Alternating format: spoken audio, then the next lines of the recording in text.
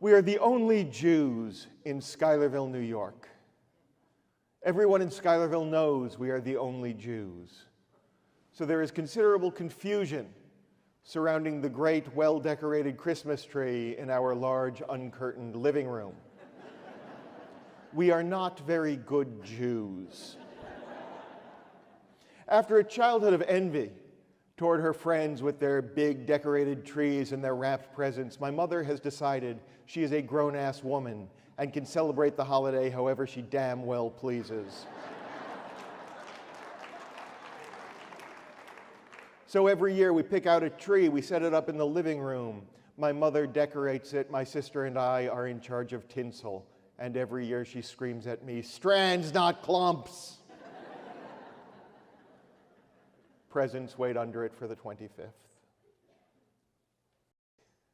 My father is an atheist, but he believes in history and tradition.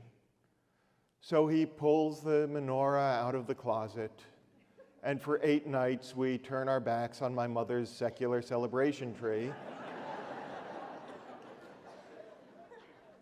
And we go through baffling rituals. We don't always know what day Hanukkah starts, so we wind up burning extra candles to make lost time. He doesn't know the Hebrew. So as he lights the candles, he solemnly intones abracadabra, alakazam. We light the candles, we don't eat ham. By the 8th night, it becomes absurd. We will not eat it in a boat.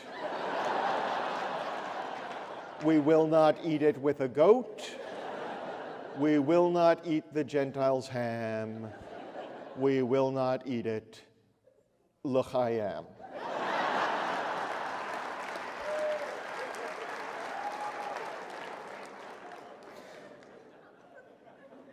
This year he has found a pamphlet. On one side it has the Hebrew, on the other side it has the phonetic spellings in English.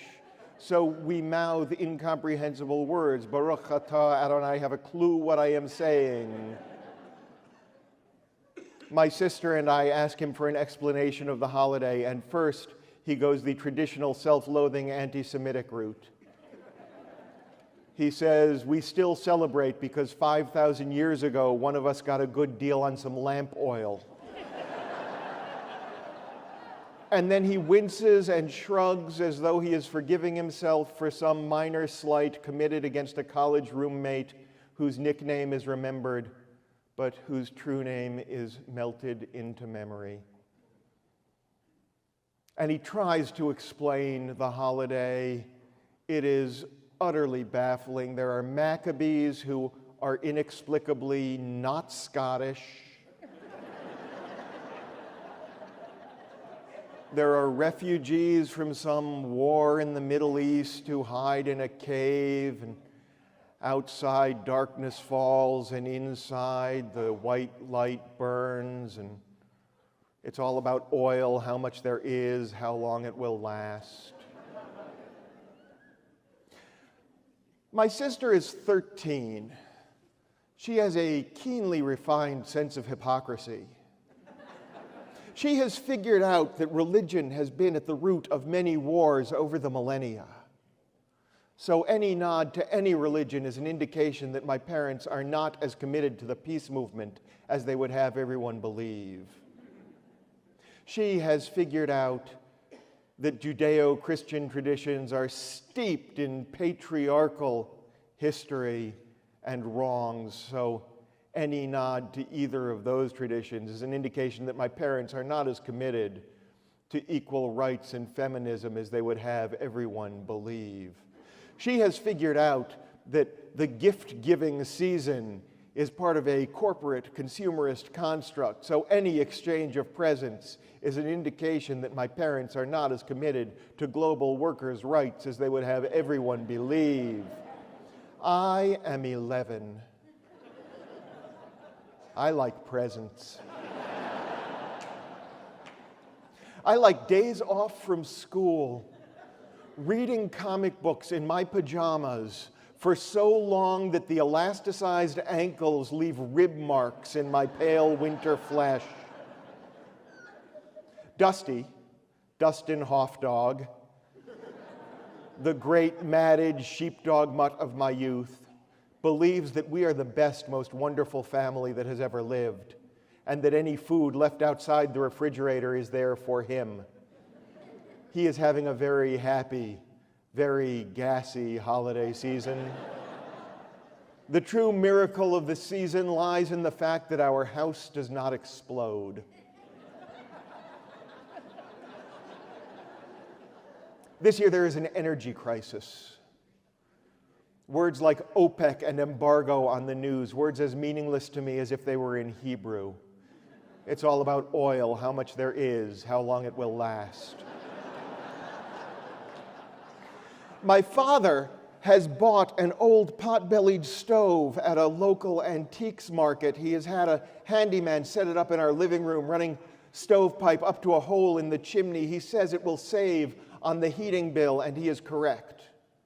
Because when the stove is lit, it heats an area around itself, 7 feet in diameter, an area that encompasses the thermostat.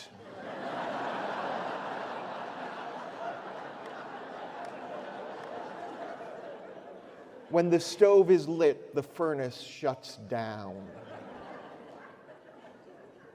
Every year, he has brought out the record of Dylan Thomas, my namesake, reading his poem, A Child's Christmas in Wales. And every year I have been told to sit and listen to it, which I do for 2 or 3 minutes before growing bored and wandering away. This year he hasn't brought out the record. Perhaps he's gotten tired of a tradition that always leaves him disappointed. Perhaps he's just forgotten.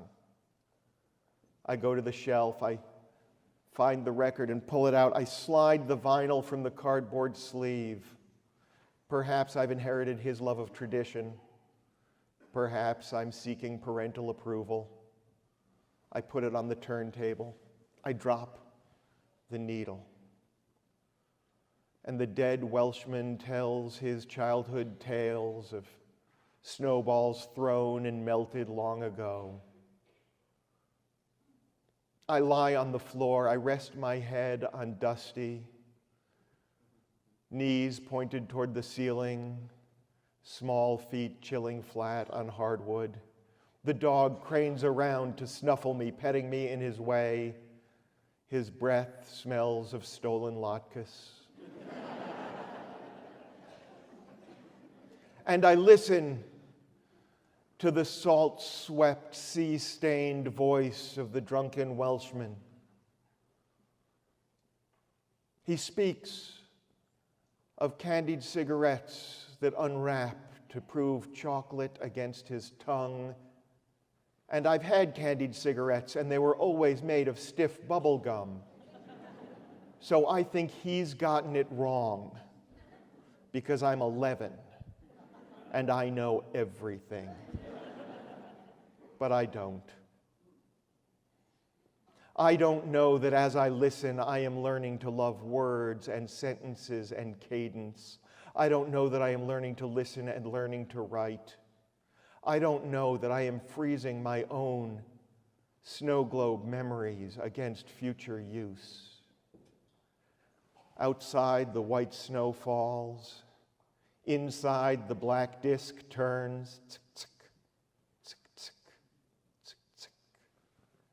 And here, in this cold and godless house, these are holy days. Thank you.